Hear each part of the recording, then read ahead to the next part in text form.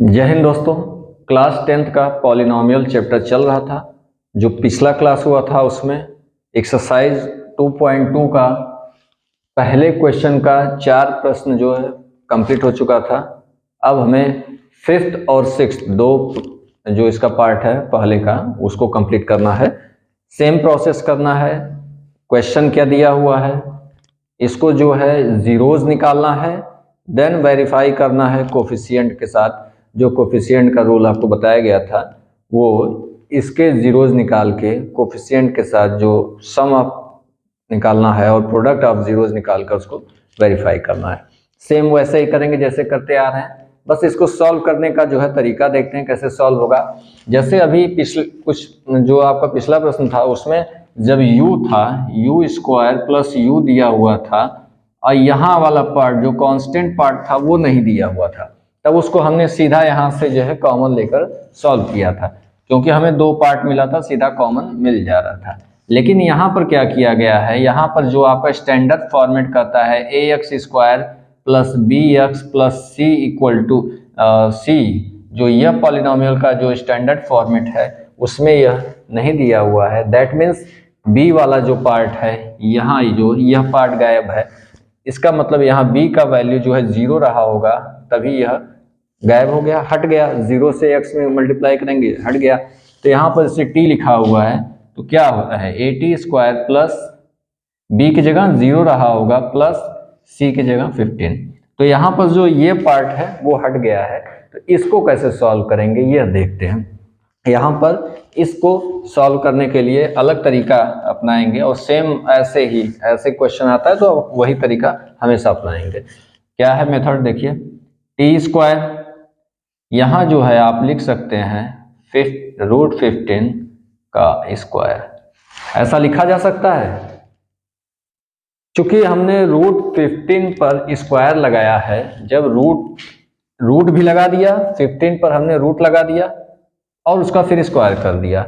Root जो है square लगाने से हट जाता है, पता है आपको।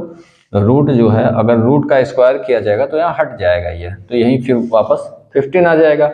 इसलिए यह इसमें और इसमें कोई फर्क नहीं है।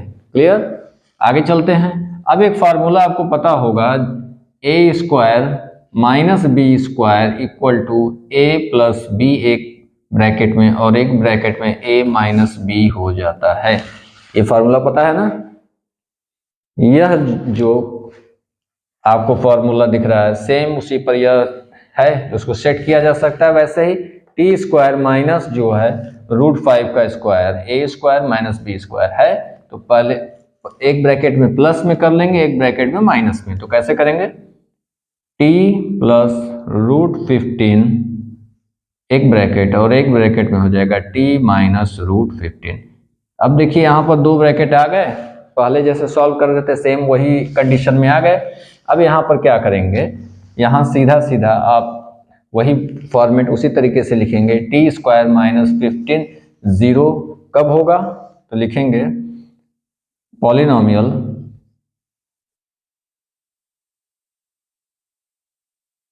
T square minus 15 is 0 if कब होगा, जबकि टी प्लस √15 इक्वल टू 0 हो और टी माइनस √15 इक्वल टू 0 हो।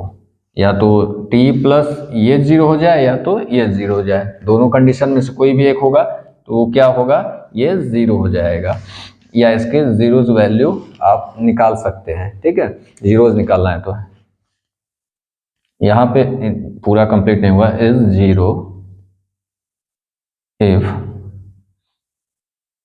ठीक है, तो ये करते हैं कैसे होगा, t इक्वल टू, अब इसको जो है इक्वल के दूसरे साइड भेजेंगे, राइट साइड जा रहा है तो क्या हो जाएगा minus √15।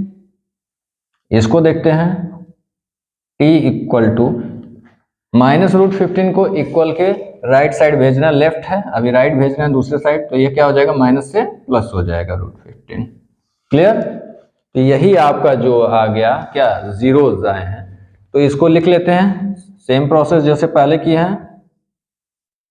Suppose zeros are alpha and beta.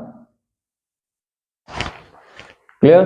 अब अल्फा आप किसी को भी ले सकते हैं, अल्फा किसी को भी बीटा, तो अल्फा इक्वल टू -√15 हम पहला ये ले लिए, फिर बीटा इक्वल टू √15 हमने ये ले लिया।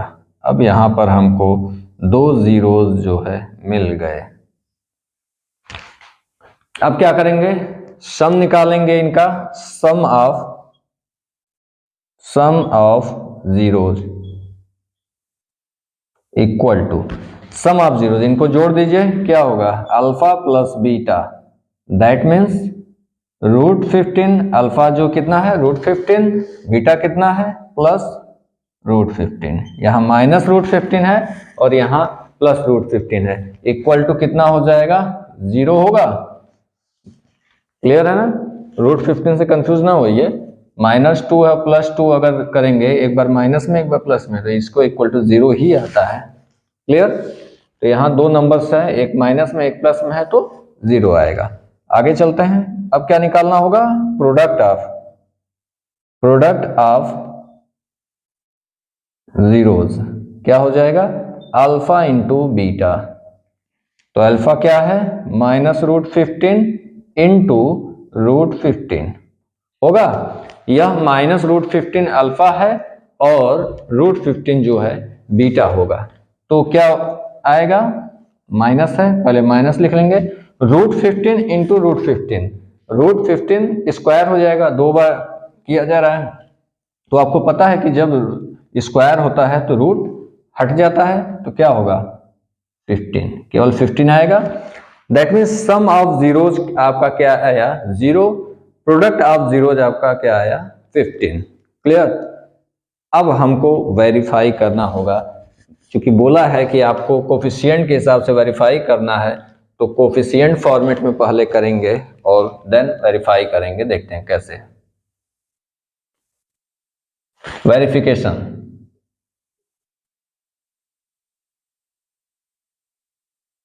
वेरिफिकेशन करते हैं कैसे, ये आपको दिया हुआ है, इसको पहले कंपेयर कर लेते हैं स्टैंडर्ड पॉलिनोमियल फॉर्मेट से।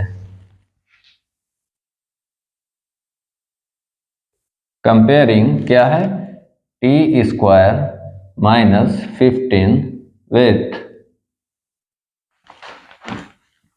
विथ पॉलिनोमियल,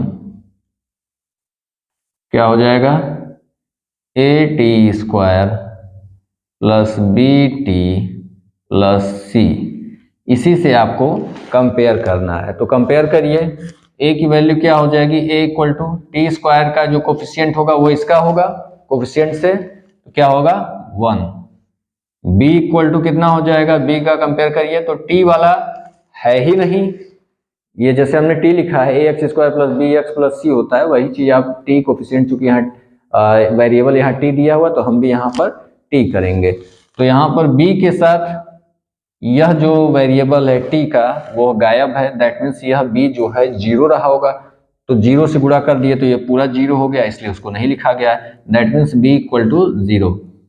अब C जो है कांस्टेंट पार्ट है, तो कांस्टेंट पार्ट कितना दिया हुआ है -15। क्लियर? बस अब निकाल लीजिए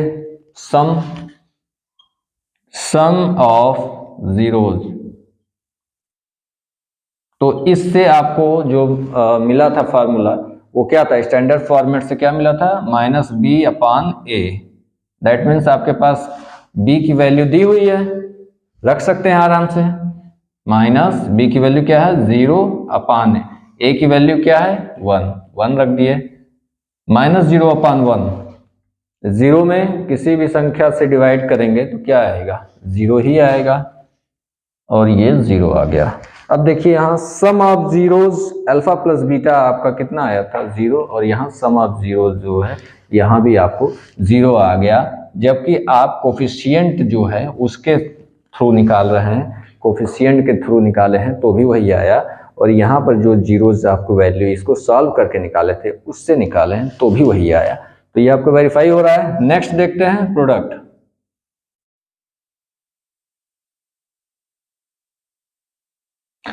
ऑफ जीरोज क्या होता है, C/A, दैट मीन्स सी आपके पास दिया हुआ है 15 -15 अपान ए की वैल्यू 1 है, तो कितना आ गया -15।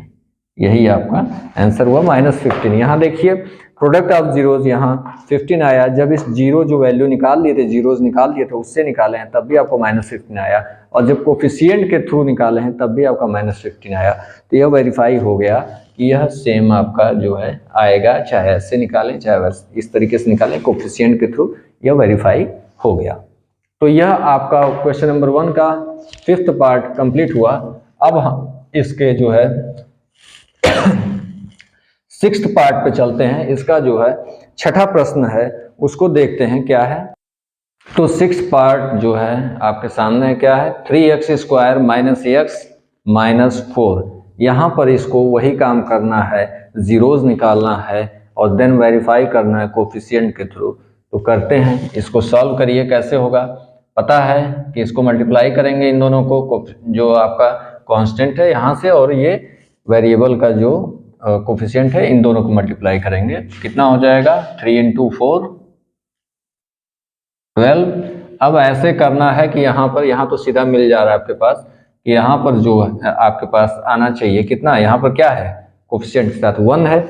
जब यहाँ कुछ भी नहीं है तो यहाँ 1 है। इसको इस तरीके से करना होगा 12 को कि 1 आ जाए। तो क्या कर सकते हैं 4 - 3 ऐसे कर सकते हैं = 1।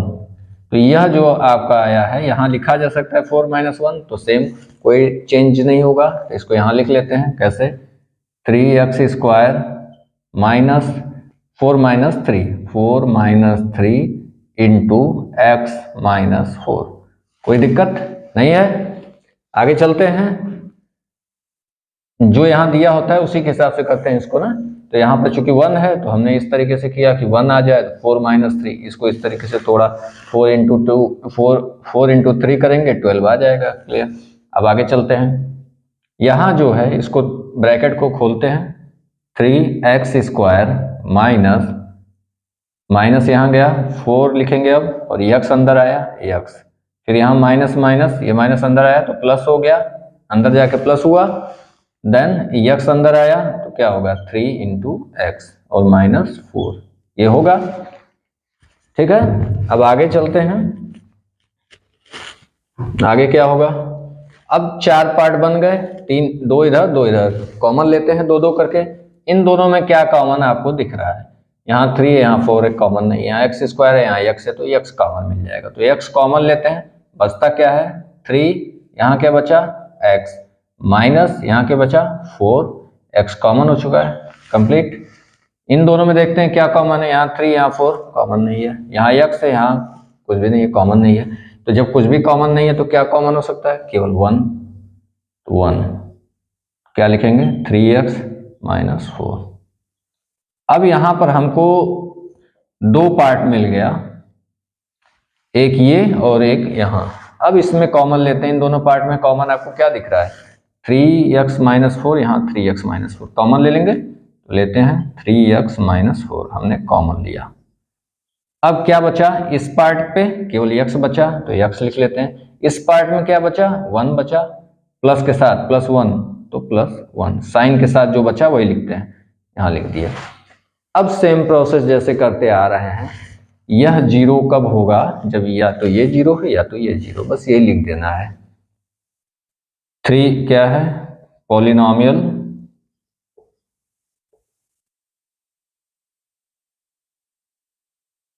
कितना यह 3x² - x - 4 is 0 if क्या होगा 3x यह 0 हो या तो यह 0, तो क्या लिखेंगे 3x - 4 = 0 और x + 1 = 0, दोनों में से एक 0 होगा।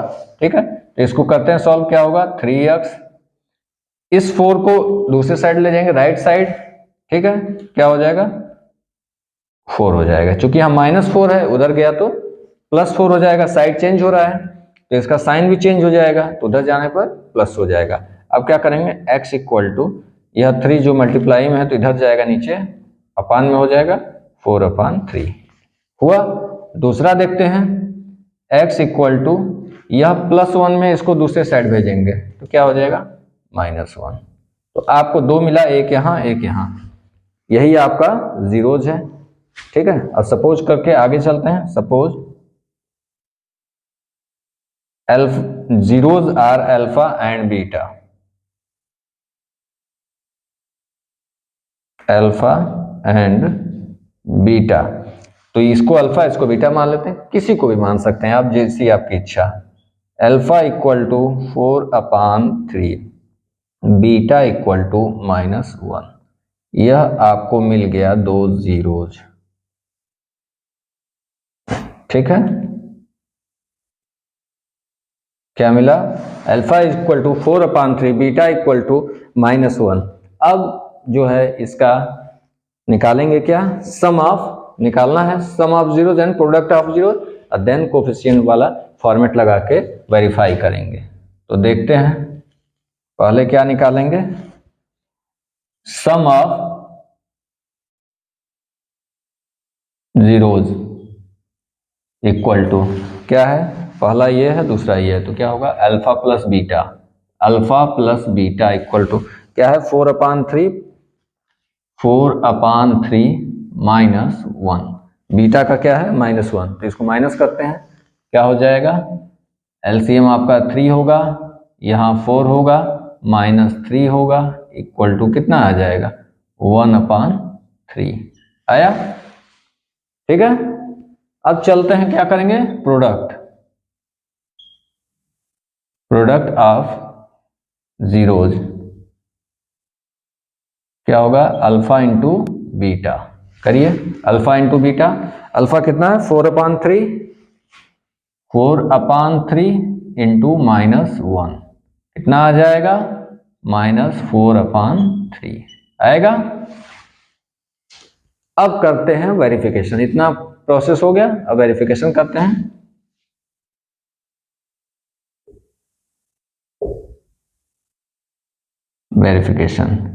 वेरिफिकेशन में क्या करेंगे, सबसे पहले कंपेयरिंग किसको, इसको 3x² -x -4 विथ किससे,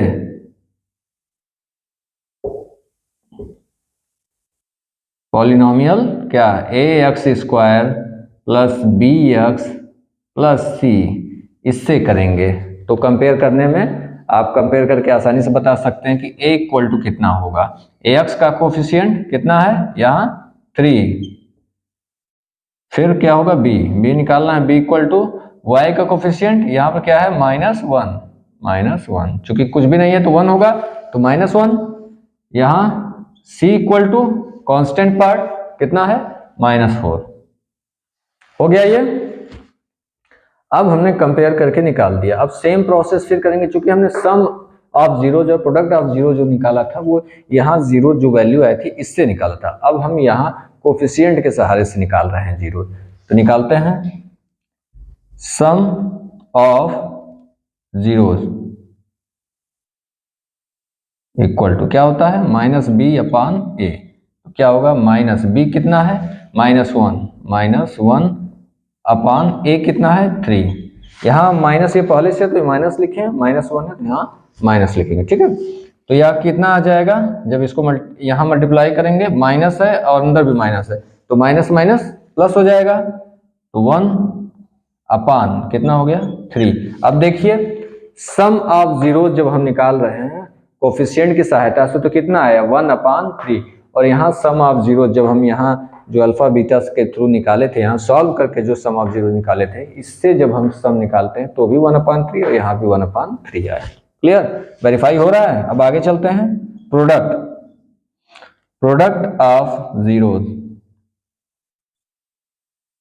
C/A, ये होगा C/A। C क्या है देखिए, C है -4, यहाँ -4 है ना, C जो है -4 है अपान A क्या है 3, क्लियर, -4/3। तो ये जो आया कोफिशिएंट की सहायता से आपको प्रोडक्ट ऑफ जीरोज कितना है -4/3, और यह जो पहले से हमने जीरोज निकाला था इससे जो प्रोडक्ट आया था वो भी आया था -4/3। तो यह क्या हुआ, दोनों सेम आया, यह आपको वेरीफाई हो गया कि सेम आएगा। यह दोनों प्रश्न जो है पहले का 5वां और 6ठा, यह 5th and 6th जो है बचा हुआ था, इसको कंप्लीट कर लिए। अब जो है हम आगे करेंगे क्वेश्चन नंबर 2। क्वेश्चन नंबर 2 को जो है देखते हैं उसमें क्या है, इसको सॉल्व करेंगे। ठीक है, क्वेश्चन नंबर 2। क्वेश्चन नंबर 2 में आपका दिया हुआ है जीरोज के जो सम है वो दिए हुए हैं, जीरोज का सम दे रखा है, प्रोडक्ट दे रखा है। इसके बाद आपको क्वाड्रेटिक पॉलिनोमियल बताना है। क्वाड्रेटिक पॉलिनोमियल, इसकी सहायता से जो जीरोज दिया हुआ है उसका सम और प्रोडक्ट दिया हुआ है, इसकी सहायता से आपको पॉलिनोमियल, क्वाड्रेटिक पॉलिनोमियल बताना है। तो कैसे करेंगे, पहला क्या दिया हुआ है, पहला 1/4 एंड -1। तो इसको हम देखते हैं यह कैसे होगा। ठीक है, क्या दिया हुआ है, sum of zeros equal to 1/4 दिया है। उसके बाद क्या दिया है, product of zeros equal to -1। यह दो चीजें आपको दिया हुआ है। अब क्वाड्रेटिक इक्वेशन, क्वाड्रेटिक पॉलिनोमियल आपको बताना है, वो कैसे करेंगे। तो सबसे पहला काम करेंगे, सपोज कर लेंगे क्वाड्रेटिक पॉलिनोमियल जो स्टैंडर्ड फॉर्मेट है वो आप कर लेंगे ax² + bx + c मान लेते हैं, और उसका जो जीरो है वो क्या होगा, अल्फा और बीटा मान लेते हैं। यह दोनों चीज आपको मानना होगा, तभी हम पॉलिनोमियल तक पहुंचेंगे।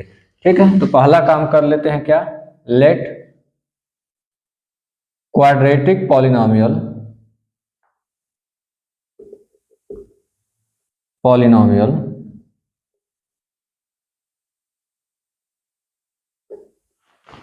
क्या हम लेंगे, b ax² + bx + c। हमने ये सपोज कर लिया कि ax² + bx + c जो स्टैंडर्ड फॉर्मेट है इसको हमने ले लिया, यही होगा।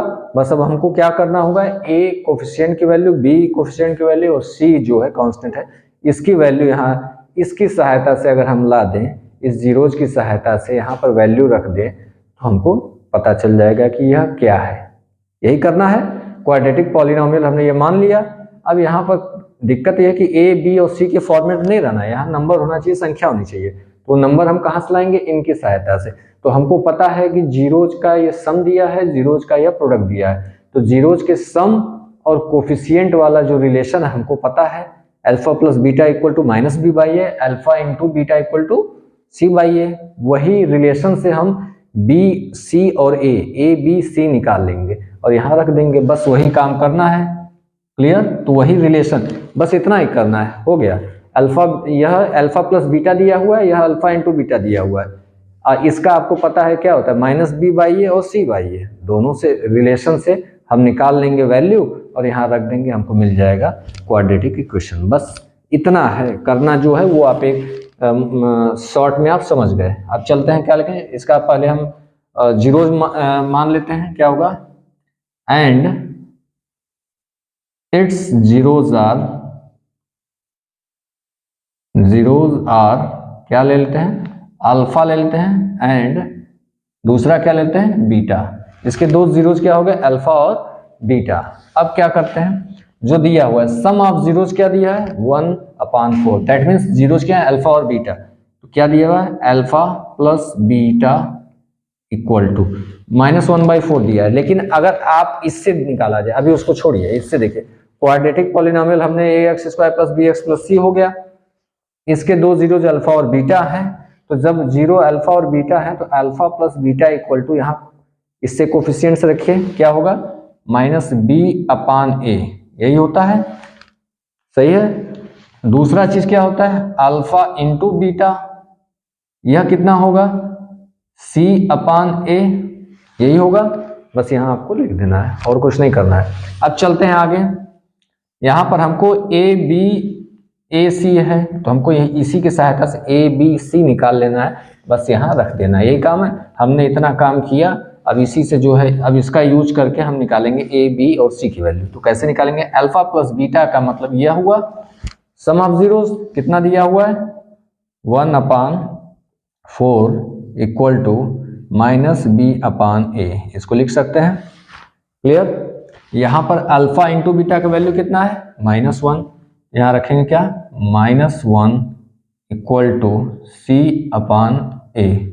यह क्लियर हो गया। अब यहां पर एक चीज ध्यान देने की जरूरत है, इसको और सिंप्लीफाई कर सकते हैं, माइनस को इधर भेज सकते हैं, तो क्या हो जाएगा -1/4 equal to b upon a. Simplify कर दिए, माइनस तो हट जाना चाहिए ना, हमको ए, बी और सी की वैल्यू चाहिए, तो हमने कर लिया।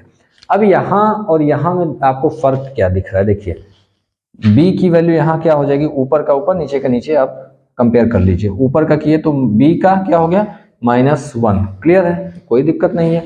c का ऊपर -1 है, कोई दिक्कत नहीं, दो वैल्यू हमें क्लियर है। लेकिन a की वैल्यू देखिए, a की वैल्यू यहाँ कितना आ रहा है 4, और यहाँ पर कितना आ रहा है, जब इसके नीचे कुछ भी नहीं है दैट मीन्स 1 है, इसके नीचे 1 है। अगर 1 लिख दिया जाए कोई दिक्कत नहीं, तो इसके नीचे 1 है, दैट मीन्स यहाँ पर a की वैल्यू कितना आ रहा है 1, और यहाँ a की वैल्यू आ रहा है 4। तो हमारा यही दिक्कत है कि दोनों जगह सेम होना चाहिए ना, a की वैल्यू अलग होना नहीं चाहिए। तो एक सेम कैसे करेंगे, यहाँ पर जो है यहाँ 4 है तो यहाँ भी 4 लाया जा सकता है। कैसे लाया जा सकता है? देखिए यहाँ पर आप सपोज कर सकते हैं नीचे 1 है, कोई दिक्कत नहीं, यहाँ पर आप लिख सकते हैं 1। अब यहाँ पर हमको 4 चाहिए, दैट मीन्स यहाँ 4 से मल्टीप्लाई करेंगे। अगर 4 से मल्टीप्लाई कर दें तो 1 × 4 हो जाएगा, तो यहाँ 4 हो जाएगा। लेकिन हम अपने से कैसे कर सकते हैं? जब यहाँ पर हम 4 से मल्टीप्लाई करेंगे, डिनोमिनेटर में अगर 4 से मल्टीप्लाई कर रहे हैं तो हमें ऊपर भी करना होगा, 4 से ऊपर भी मल्टीप्लाई करना होगा तभी। क्लियर? जब हम ऊपर भी 4 से और नीचे, जैसे हमने क्या कर दिया × 4 और × 4, नीचे ऊपर दोनों कर दिया, कोई फर्क आया? नहीं फर्क आया। क्यों?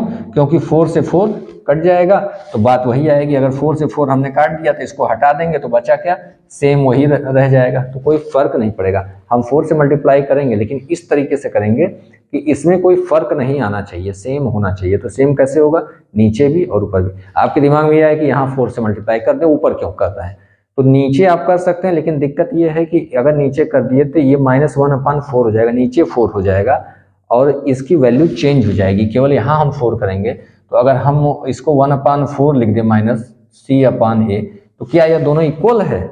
नहीं ना है। अपने से आप कुछ चेंज नहीं कर सकते। मैथमेटिक्स में जो भी होता है रूल के हिसाब से होता है, आप अपने से इसको चेंज नहीं कर देंगे। अगर हम 4 से नीचे मल्टीप्लाई कर रहे हैं तो 4 से हमें ऊपर भी मल्टीप्लाई करना पड़ेगा, इसलिए हमको इसको, यह गलत होगा। इस तरीके से नहीं करेंगे, ऊपर नीचे दोनों जगह आप 4 से मल्टीप्लाई करेंगे, यहाँ भी और यहाँ भी। तो कैसे, -1/1 × 4 और × 4 इक्वल टू c/a। क्लियर? अब ये हो जाएगा क्या, -4/4 इक्वल टू c/a। क्लियर है? यह क्लियर है। यहाँ पर क्या हुआ, अब देखिए दोनों जगहों पे आपकी जो वैल्यू है वो सेम हो गई, हुई है सेम। दोनों जगह जो वैल्यू है, यहाँ भी 4 है और यहाँ भी 4 है, a की वैल्यू जो है सेम हो गई। अब कोई दिक्कत नहीं। अब हम लिख सकते हैं, दोनों को देखते हुए हम क्या लिख सकते हैं, इन दोनों से क्या हमको क्लियर मिल रहा है, इन दोनों से हमें यह पता चल रहा है a इक्वल टू कितना हो जाएगा 4, बिकॉज यहाँ भी 4 है, a इक्वल टू 4। दोनों जगह कोई भी वैल्यू अगर दोनों जगह है तो दोनों जगह सेम होनी चाहिए, तो हम लोग 4 मिल गया। देन b इक्वल टू कितना मिला, b यहाँ पे देखेंगे -1, यहाँ तो b है ही नहीं, तो केवल यहाँ से देख लेंगे क्या हो गया -1। देन c इक्वल टू कितना हुआ, यहाँ c कितना है, यहाँ c तो है नहीं, वही है, तो एक जगह लेंगे, कोई दिक्कत नहीं, -4। ये आपका आ गया a, b एंड c की वैल्यू। बस अब कुछ नहीं करना, यहाँ पुट कर देना है, बस आपका पॉलिनोमियल जो क्वाड्रेटिक पॉलिनोमियल है वो मिल जाएगा। अब क्या लिखेंगे, देयरफॉर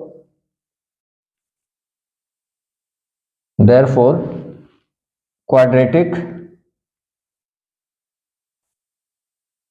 पॉलिनोमियल क्या हो जाएगा, पॉलिनोमियल वैल्यू केवल पुट कर दीजिए। a की वैल्यू यहां रखिए, 4 है, a की वैल्यू कितना है 4, तो हम 4 लिखेंगे। इसको ऐसे ध्यान दीजिएगा, ठीक है। ए की वैल्यू हम क्या करेंगे, 4 लिखेंगे, तो क्या लिख सकते हैं, 4x स्क्वायर, 4x स्क्वायर को सीधा लिख दिए, 4 यहाँ पर लिख दिए केवल। b की वैल्यू क्या, -1, तो b की जगह क्या लिखेंगे, -1, यहाँ +1 क्या हो जाएगा, -1, तो -1 इंटू एक्स हो गया, प्लस सी है, c का वैल्यू कितना है, -4, तो यहाँ क्या लिखेंगे, -4। यही आपका क्वाड्रेटिक इक्वेशन मिला। क्लियर है, यहां से कोई दिक्कत?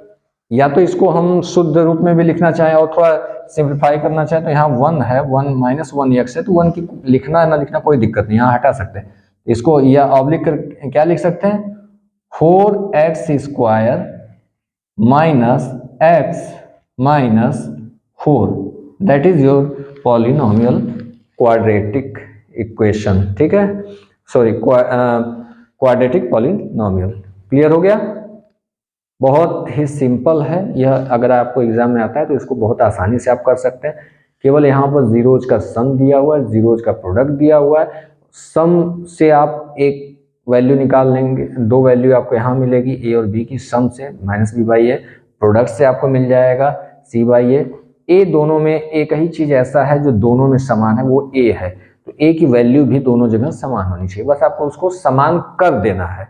देन ए की वैल्यू आपस में कंपेयर कर लीजिए, जैसे यहाँ ए की वैल्यू 4 है, यहाँ भी ए की वैल्यू 4 आ रही है, कोई डिफरेंस नहीं है। क्लियर, बी यहाँ पे वहाँ है ही नहीं तो हम बी की वैल्यू लिख लिए, सी यहाँ वहाँ पे है, यहाँ है ही नहीं तो हमने सी की वैल्यू लिख लिया, और देन ये काम किया, केवल वैल्यू उठाकर यहाँ रख देना है और हमको मिल गया।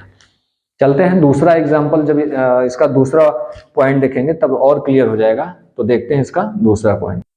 जो दूसरा प्रश्न है इसमें आपका क्या दिया हुआ है, देखिए, सम ऑफ जीरोज जो दिया हुआ है वह कितना है, √2। तो लिख, इसको क्या दिया हुआ है, दूसरा प्रश्न जो है दिया हुआ है, दूसरे का दूसरा जो है क्या है, सेकंड है, ठीक है। क्या दिया है, sum of zeros, sum of zeros equal to √2। Sum of zeros जो दिया हुआ है √2 दिया है, और साथ में प्रोडक्ट ऑफ जीरोज जो दिया है, क्या दिया है, product of zeros equal to 1/3। Clear है, यहां पर जो है 1/3 दिया हुआ है प्रोडक्ट ऑफ जीरोज। अब इसको हमको सेम प्रोसेस से सॉल्व करना है, कोई उसमें अंतर नहीं है, जैसे किए थे वैसे ही करना है। तो करते हैं क्या, आप सबसे पहले क्या करेंगे, पॉलिनोमियल आपको पता करना है, क्वाड्रेटिक पॉलिनोमियल। तो सबसे पहला उसको हम सपोज करेंगे, तो क्या करते हैं, लेट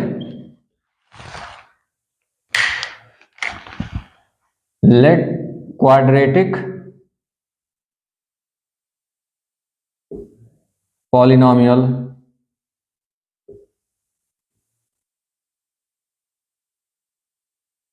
बी, क्या ले लें, स्टैंडर्ड फॉर्मेट जो है ax² + bx + c, क्वाड्रेटिक का जो है स्टैंडर्ड फॉर्मेट। अब इसका जो है वही काम करेंगे, एंड जीरोज लेते हैं, इट्स जीरोज और क्या सपोज करेंगे, alpha and beta, alpha and beta. यहाँ पर सुविधा के लिए अल्फा बीटा लिया जाता है, क्योंकि हमने ऑलरेडी ए बी जो है कोफिशिएंट ले रखा है और सी जो है कांस्टेंट है, इसलिए यहाँ पर जो है अल्फा और बीटा लिया गया है। क्लियर हुआ, अब चलते हैं, सेम प्रोसेस करेंगे वही काम। जब यहाँ अल्फा बीटा इसके जीरोज हैं, तो अल्फा और बीटा इक्वल टू होता क्या है, sum of zeros alpha plus beta equal to, आपको पता है क्या होता है, -b/a, -b/a।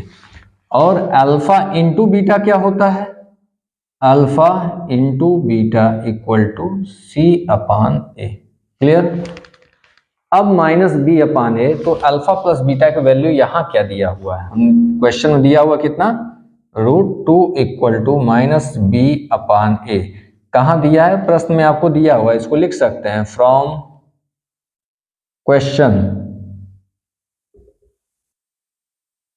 क्वेश्चन, या इसको लिख सकते हैं गिवन, सीधा इसको जो है आप लिख दीजिए केवल गिवन है क्वेश्चन में, ठीक है। यहां पर √2 जो है दिया हुआ है, तो क्या हो गया -b √2 equal to -b upon a, ठीक है। अब आगे चलते हैं, इसको आप क्या कर सकते हैं, माइनस को हटा दीजिए, इधर हटाइए, क्योंकि हमें a और b और c की वैल्यू चाहिए, माइनस नहीं है साथ में। इसको इधर भेजिए तो क्या होगा, -√2 equal to b upon a, clear. वहां चलते हैं, क्या होगा, अल्फा इंटू बीटा, इसकी वैल्यू क्या है 1/3, तो क्या लिखेंगे 1/3 equal to c upon a। अब देखते हैं दोनों जगह वही काम से, b यहां पर है वहां c है, तो b की वैल्यू सामने कंपेयर कर सकते हैं, c की वैल्यू सामने कंपेयर कर सकते हैं। a की वैल्यू कंपेयर करते हैं, तो यहां जब नीचे कुछ भी नहीं है तो क्या होता है 1 होता है, आपको क्लियर है, पहले 1 होता है, तो a यहाँ 1 आ रहा है, a यहाँ 3 आ रहा है, तो कहां पर हम कैसे करें कि दोनों बराबर हो जाए, तो कैसे कर सकते हैं, यहाँ 3 लाना है, वहां 3 है, यहाँ पर भी 3 लाना है, तो सेम प्रोसेस, यहाँ पर अगर हम 3 से मल्टीप्लाई कर दें यहाँ पर, तो क्या हो जाएगा, यहाँ पर अगर 3 से मल्टीप्लाई कर दें तो ये 3 हो जाएगा, 1 इंटू 3 इक्वल टू 3 हो जाएगा। बशर्ते दिक्कत ये है कि हमें जो काम यहाँ करना है वही काम वहाँ, हमें जो काम नीचे करना है वही काम ऊपर भी करना होगा। 3 से अगर हम नीचे डिनोमिनेटर में मल्टीप्लाई कर रहे हैं तो ऊपर भी मल्टीप्लाई करना होगा, यहाँ भी मल्टीप्लाई करना होगा, तो करते हैं सेम। ये तो क्लियर हो गया होगा ना, केवल नीचे आप नहीं करेंगे, नीचे करने से काम तो आपका हो जा रहा है, लेकिन यह गलत है, रूल से गलत है। 3 से अगर हम मल्टीप्लाई करें, 3 से डिवाइड करें, दोनों काम ऊपर भी 3 नीचे भी 3, तो अगर दोनों होता है तो यह बाद में कट जाएगा, तो इसकी वैल्यू केवल 1 ही होती है। दैट मीन्स इसके मूल जो वैल्यू में है, जो मेन वैल्यू है वो चेंज नहीं होता है, तो हमको मेन वैल्यू चेंज नहीं करना है, ठीक है। चलते हैं, तब इसको हम क्या कर सकते हैं, 3 से मल्टीप्लाई ऊपर नीचे, तो क्या होगा √2 इंटू 3 अपान में 1 into 3 equal to b upon a। यहाँ आपको समझाने के लिए पूरा डिटेल से क्लियर किया जा रहा है, बाकी आप इसको थोड़ा शॉर्ट में कर सकते हैं। अब यहाँ क्या हो जाएगा, 3√2 हो जाएगा, -3√2 upon 3 equal to b upon a। अब देखिए यहाँ a की वैल्यू कितनी है 3 है, यहाँ a की वैल्यू कितनी है 3 है। डेट मीन्स दोनों जगहों पे a की वैल्यू आपको इक्वल मिल गई, क्लियर। b यहाँ पर है, वहां c है, b तो दोनों जगह है नहीं, तो हमें उससे इक्वल करने की कोई टेंशन है नहीं, केवल a को टेंशन थी कि a इक्वल होना चाहिए, तो हो गया इक्वल। अब हमको यहाँ से आप वैल्यू अगर पूछा जाए कि निकालना हो कि a और b और c की, तो आप निकाल सकते हैं, तो क्या होगा, यहाँ दोनों जगहों से क्या निकल रहा है, देयरफॉर a इक्वल टू क्या आया 3, देन b इक्वल टू यहां से लिख लीजिए -3√2, clear. c equal to, c यहां पर है, यहां से देख लीजिए c इक्वल टू 1। बस कुछ नहीं करना, ये वैल्यू उठा के यहां रख देना है, क्वाड्रेटिक पॉलिनोमियल जो हम माने थे, बस वही आपका आंसर होगा। देयरफॉर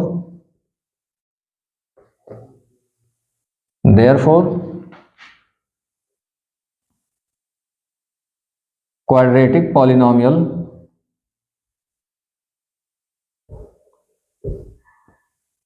क्या हो जाएगा, a की वैल्यू उठा के यहाँ रखते जाइए, बस क्लियर होता जाएगा। 3x², b की वैल्यू यहाँ रख दीजिए, -3 है, -3√2 है, इसको लिख लेंगे -3√2, उसके बाद क्या है x से लिख लेते हैं, प्लस यहाँ पर कितना है 1 है, दैट इज योर पॉलिनोमियल, यही आपका आंसर हुआ। क्लियर है, इसमें ज्यादा कुछ करना नहीं है, बस सेम प्रोसेस वही करना है। अब इसका जो है तीसरा, जो दूसरे क्वेश्चन का, सेकंड क्वेश्चन का जो थर्ड पार्ट है, उसको भी देख लेते हैं क्या है, ठीक है। चलते हैं, तब इसको आप एक बार अपने से जरूर समझिएगा। अब आगे चलते हैं, अब यहाँ पर देखते हैं तीसरा जो पार्ट है इसका, सेकंड का जो तीसरा पार्ट है, इसमें देखते हैं इसको क्या करना है। यहाँ तीसरा पार्ट, तीसरे पार्ट में भी सेम प्रोसेस करना है, केवल यहाँ पर दिया हुआ है सम ऑफ जो जीरोज है, क्या है 0 ही है, और प्रोडक्ट ऑफ जीरो जो है √5 है, क्लियर। अब आपको सेम प्रोसेस अपनाना है, केवल थोड़ा बहुत चेंजिंग होगा, बाकी वही चलेगा। तो पहले सपोज करते हैं, लेट, क्या सपोज करेंगे, लेट क्वाड्रेटिक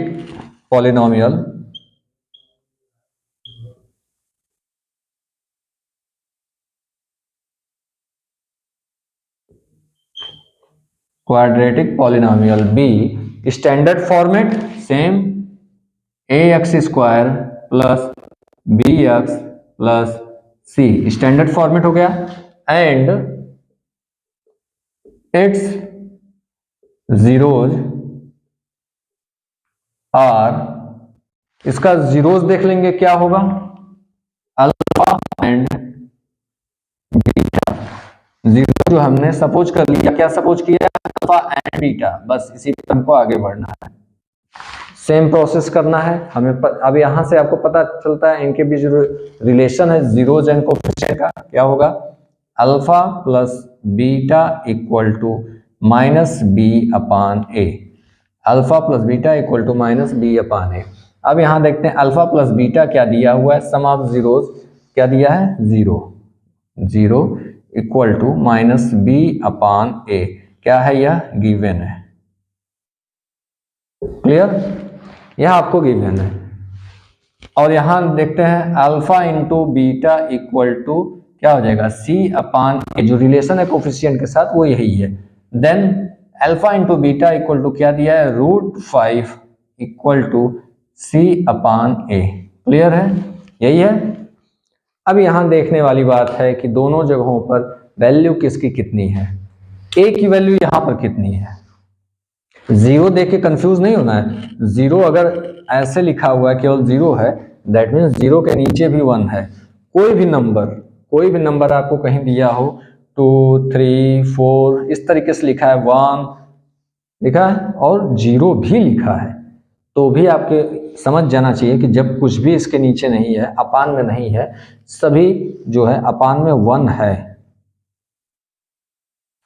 वन होता है, क्योंकि इसके नीचे कोई दूसरी संख्या होगी तो वैल्यू चेंज हो जाएगी, अगर 2 3 4 तो वो तो आपका चेंज हो जाता है वैल्यू, ठीक है, वो आपको नहीं है। लेकिन अगर यहाँ पर 4 3 केवल लिखा हुआ है तो वहां पे फ्रैक्शन रूप में है, यहाँ पर क्या होता है, वन होता है, ठीक, वन क्यों होता है, इसके नीचे अगर हम जीरो कर दें तब दिक्कत हो जाएगी, क्योंकि यह नीचे जीरो हो गया तो यह वैल्यू एग्जिस्ट नहीं करेगी, ये इनफाइनाइट हो जाती है। अगर किसी भी संख्या के नीचे हमने वन हटा के जीरो लिख दिया तो वो इनफाइनाइट हो जाएगी, जीरो के नीचे हमने वन लिख दिया तो इस जीरो की वैल्यू हो गई, जीरो के नीचे अगर हमने वन लिख दिया तो इसकी वैल्यू जीरो हो गई, जीरो है। लेकिन वहीं अगर 1/0 लिख दिया तो इसकी वैल्यू इनफाइनाइट हो जाती है, जो कि एग्जिस्ट नहीं करती, अनंत हो जाता है, क्लियर हुआ यहाँ पे। इसलिए यहाँ जीरो है, दैट मीन्स इसके नीचे वन है, तभी यह जीरो है। बेस जो जिसका डिनोमिनेटर जो होता है फ्रैक्शन फॉर्म में हमेशा यहाँ वन रहता है, सबके साथ वन रहता है, चाहे जो भी नंबर हो। यहाँ यह सोचने की जरूरत नहीं है कि इसके नीचे जीरो होगा या वन होगा, तो यहाँ क्लियर हो गया होगा, इससे आपको समझने में आसानी होगी। अब चलते हैं, देखते हैं क्या है, ये आपको केवल समझाने के लिए था। यहाँ पर जीरो के नीचे क्या है, वन है, लिख सकते हैं, कोई दिक्कत नहीं। अब देखिए यहाँ ए की वैल्यू वन है, यहाँ नीचे कुछ भी नहीं, दैट मीन्स यहाँ भी वन है, ए की वैल्यू क्लियर मिल गई, बी की वैल्यू यहाँ पर दिया हुआ है, सी की वैल्यू जो है दिया हुआ है, हमें एक ही टेंशन होती है, यहाँ पे ए सीधे मिल गया, कोई दिक्कत ही नहीं। अब आगे चलते हैं, क्लियर, क्या करेंगे, इन दोनों से क्या आपको निकल के सामने आ रहा है, इसलिए आप कर लीजिए, देयरफॉर क्या हुआ, ए इक्वल टू क्या होगा, वन होगा ना, यहां भी वन है और वहां भी वन है, ए इक्वल टू वन, दोनों जगह बराबर है तो हमने इक्वल ले लिया वन।